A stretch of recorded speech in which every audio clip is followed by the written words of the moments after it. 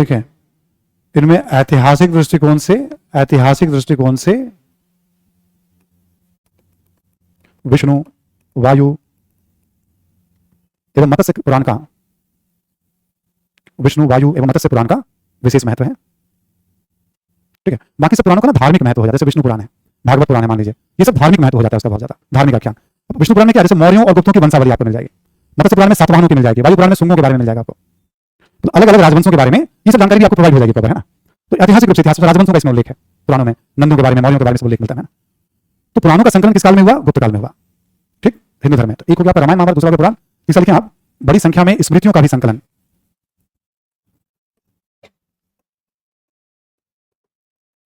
जैसे नारद, बृहस्पति, याज्ञवल्क इत्यादि, नारद स्मृति, बृहस्पति स्मृति, याज्ञवल्क स्मृति इत्यादि।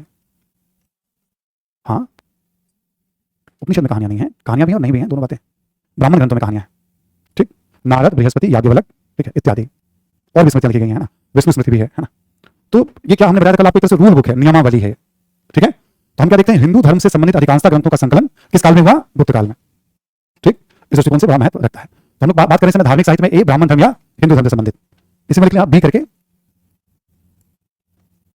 बौद्ध धर्म से संबंधित एक प्रमुख किताब है, बुद्ध घोष लेखक है, और उनकी रचना है विशुद्धि मग, विशुद्धि का मार्ग, विशुद्धि मग, विशुद्धि का मार्ग। ठीक है, ये किताब है, इसमें बौद्ध फिलॉसफी, बुद्ध की शिक्षाओं का बड़ा बेहतरीन तरीके से संकलन नए सिरे से व्याख्या की गई है विशुद्धि मग में। ठीक है, वही बुद्ध की शिक्षाएं हैं। ठीक है, तो हम लोग पढ़ने समय धार्मिक साहित्य से संबंधित ये जानकारी होगी गुप्त काल। इसमें लिखिए आप धर्मेत्तर साहित्य। धर्मेत्तर साहित्य में लिख लें आप एक नाटक साहित्य के बारे में, नाटक साहित्य के बारे में। भास, ऐसा माना जाता है इन्होंने 13 नाटक लिखे थे, है ना, 13 नाटक के लेखक थे भास। ठीक है, 13 नाटक हैं। एक दो का नाम लिख लें आप, स्वप्न वासवदत्ता और प्रतिज्ञा यौगंध रायन, स्वप्न वासवदत्ता और प्रतिज्ञा यौगंध रायन। ठीक है, प्रतिज्ञा यौगंध रायन। यहां लिख लें आप कालिदास, अभिज्ञान शाकुंतलम, मालविका अग्निमित्र, मालविका अग्निमित्र और विक्रमो उर्वशीयम, विक्रमो उर्वशीयम। ठीक है, ऐसे यहां लिख लें आप शूद्रक, मृच्छ कटिकम, ठीक, मृच्छ कटिकम, विशाख दत्त, मुद्रा राक्षस और देवी चंद्रगुप्तम। ठीक है, मुद्रा राक्षस और देवी चंद्र, विशाख दत्त। ठीक है, मुद्रा राक्षस और देवी चंद्रगुप्तम, नोट करके लिखें आप। सभी नाटक जो हैं सुखांत हैं।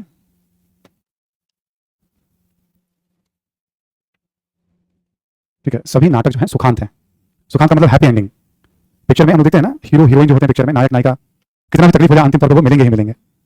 तो गुप्त काल के सभी नाटक जो हैं सुखांत हैं। ठीक, एक ये ध्यान देने वाली बात है ना, हैप्पी एंडिंग। ट्रेजेडी पे बहुत कम पिक्चर होता है एंड, है ना। शाहरुख खान के आने के बाद ट्रेजेडी पे पिक्चर बनने लगी थी, पहले दिलीप कुमार के समय बनती थी और फिर उसके बाद शाहरुख खान की पिक्चर बनी, है ना।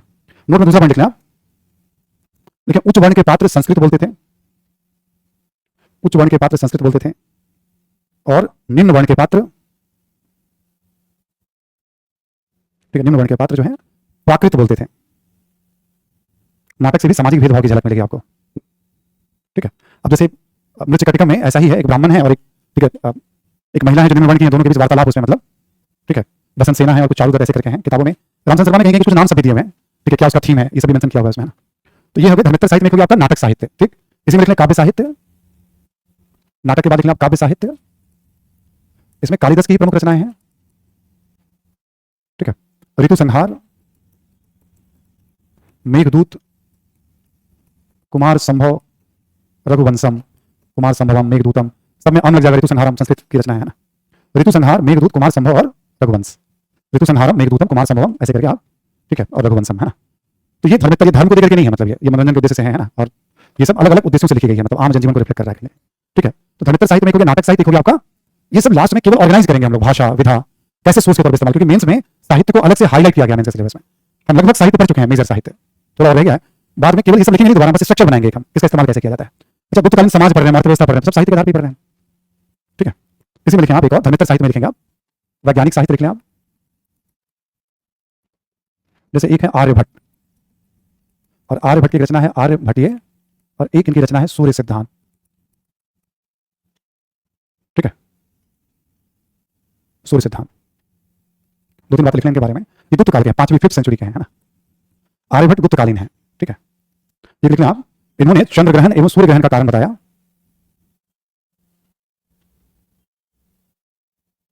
कारण बताया,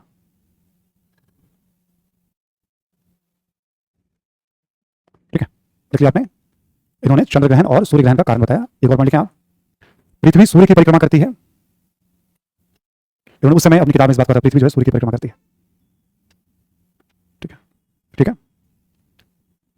और मतलब मैथ के बारे में कहा था कि त्रिभुज का क्षेत्रफल कैसे ज्ञात किया जाए, उसका भी नियम इन्होंने बताया था। लिख लीजिए आप एक लाइन में इसको भी, त्रिभुज के क्षेत्रफल, ट्रायंगल त्रिभुज के क्षेत्रफल जानने का नियम भी बताया, ठीक है। अब जैसे कभी पूछेगा साहित्यिक उपलब्धियां, ये तीनों पॉइंट देखेंगे, अब साहित्य तो लिखा ही गया, और इस तरह का ज्ञान अपने आप में बड़ी उपलब्धि है उस दौर के लिए, आज के लिए भी, ठीक। ऐसे ही आर्यभट्ट के बाद उल्लेख मिलता है वराहमिहिर का, ये 6th सेंचुरी में है। वराहमिहिर कब है? 6ठी सदी ईस्वी में है, ठीक। वराह में 6ठी सदी में। इनकी रचना में लिख लेंगे आप, बृहद जातक, लघु जातक, पंच सिद्धांतिका, बृहद जातक, लघु जातक, पंच सिद्धांतिका, ठीक, ठीक है। इन्होंने भी चंद्र ग्रहण एवं सूर्य ग्रहण का कारण बताया,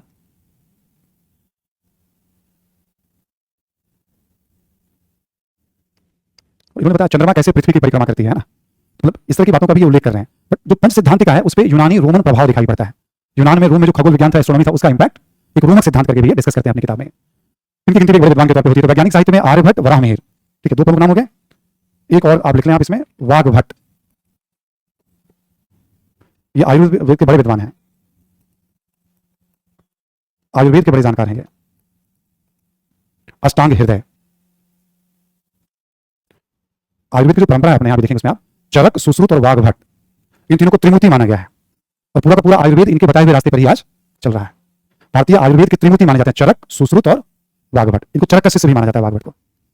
बाकी धनवंतरी भी आयुर्वेदाचार्य थे इस समय, जो चंद्रगुप्त द्वितीय के 9 रत्न में एक थे, इसी दौर के वाग्भट्ट जिन्होंने अष्टांग हृदय की रचना, ठीक है। तो आप देखो एक तरह से एक लंबी चौड़ी सूची आपको साहित्य मिल जाएगी। हम लोग 18 पुराण लिखे नहीं पूरा, हम लोग 18 लिख देंगे तो लिस्ट उसकी बहुत लंबी हो जाएगी, है ना, ठीक है।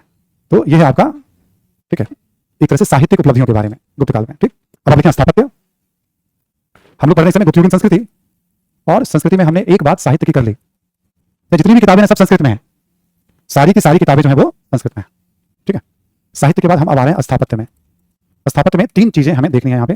एक स्तूप, ज्यादा कुछ खास नहीं है, दूसरा विहार, इसमें भी नहीं है, मेन तो है मंदिर। मंदिर स्थापत्य के लिए गुप्तकाल को याद किया जाता है, ठीक है। 2-3 लाइन इस पर लिख लेते हैं, फिर मंदिरों की बात करेंगे आपसे। लेकिन स्तूप के बारे में, लेकिन गुप्तकाल में भी स्तूप स्थापत्य का निर्माण जारी रहा, स्तूप स्थापत्य का निर्माण जारी रहा, ठीक है। लिखें आप, सारनाथ का धमेक स्तूप नाम है उसका, सारनाथ का धमेक स्तूप, और राजगृह में जरासंध की बैठक, धमेक स्तूप, ठीक है, जरासंध की बैठक, है ना। गुप्तकाल में सारनाथ का धमेक स्तूप एवं राजगृह में जरासंध की बैठक नामक स्तूप का निर्माण हुआ, ठीक है। अगला पॉइंट लिखें, संख्यात्मक एवं कलात्मक, संख्यात्मक एवं कलात्मक दोनों ही दृष्टिकोण से स्तूप कला में गिरावट के संकेत मिलते हैं, स्तूप कला में गिरावट के संकेत मिलते हैं, ठीक है। इसी में लिखेंगे आप, कला में गिरावट के संकेत मिलते हैं, लिखेंगे ये ईंटों से निर्मित है, ये ईंटों से निर्मित है, ठीक है। और धार्मिक स्तूप, उसका कोई चबूतरा भी नहीं है, मेधी भी नहीं है, ये बता रहा है कि भाई लोगों ने तो निर्माण किया, गुप्त शासकों ने रोका नहीं निर्माण से। गुप्त शासक वैष्णव धर्म के अनुयायी थे, ज्यादातर शासक थे, एक आध को छोड़कर, ठीक है। तो इनको ऐसा नहीं कि रोका गया, बट ये बता रहा है कि बहुत ज्यादा अब उतना संरक्षण भी नहीं है या उस तरह से निर्माण कार्य नहीं हो रहे स्तूपों का। यानी हिंदू धर्म या वैष्णव धर्म मानने वालों की संख्या बढ़ रही है समाज में, मंदिरों पर ज्यादा बल होगा, शासक का भी, लोगों का भी बल होगा इसमें। ठीक, तो गिरावट के संकेत, और कुछ नहीं इसमें जानना हमें। बिहार के बारे में लिख लें आप।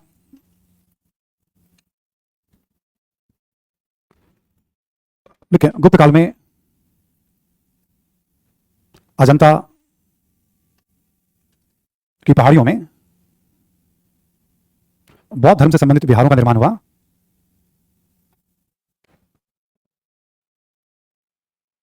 ठीक है, बौद्ध धर्म से संबंधित विहारों का निर्माण हुआ। ठीक है, लिखें, मध्य प्रदेश में उदयगिरी में ब्राह्मण धर्म से संबंधित विहारों का निर्माण हुआ। एक उदयगिरी उड़ीसा वाला, एक मध्य प्रदेश वाला है। ठीक है, निर्माण हुआ तथा लिखेंगे आप, नालंदा में बौद्ध महाविहार का निर्माण, नालंदा में बौद्ध विहार महाविहार का भी निर्माण हुआ। ठीक है, विहार स्थापत्य में भी मौलिकता नहीं है इस समय, निर्माण तो हो रहा है, बट कलात्मक दृष्टिकोण से आप देखेंगे अजंता वाला थोड़ा बेहतर है। ठीक है, एक बाघ की गुफा भी चित्रकला का जिक्र करेंगे, वो भी थोड़ा बेहतर है, बट कलात्मक संख्यात्मक दृष्टिकोण से भी बहुत ज्यादा महत्व, यानी ये सब जारी है स्तूप स्थापत्य, लेकिन इसका उतना महत्व नहीं जितना इसके पहले वाले काल में था। महत्व तो है मंदिर स्थापत्य का इस काल में, राज्य का धर्म भी है, राजकीय धर्म भी है, और लोगों के द्वारा भी इसके साक्ष्य मिलते हैं कि बड़ी संख्या में लोग वैष्णव संप्रदाय को अपना भी रहे हैं, स्वीकार भी कर रहे हैं। वैष्णव धर्म की लोकप्रियता इस समय बहुत ज्यादा बढ़ी है, भागवत कहिए, वैष्णव कहिए उसको, है ना। तो ये चर्चा कल जारी रहेगी, कल कंप्लीट हो जाएगा आपका ये। ठीक है, कंप्लीट होने के बाद हम लोग फिर आ जाएंगे हर्षवर्धन की बात कर लेंगे, थोड़ा पूर्व मध्यकाल में प्रवेश कर जाएंगे कल हम लोग। ठीक है, कल आपका कंप्लीट हो जाएगा, हम लोग पूर्व मध्यकाल पे बातचीत, कल पूरी क्लास संस्कृति पे ही रहेगी। ठीक है, थैंक यू एवरीवन, आप सभी को। ठीक है।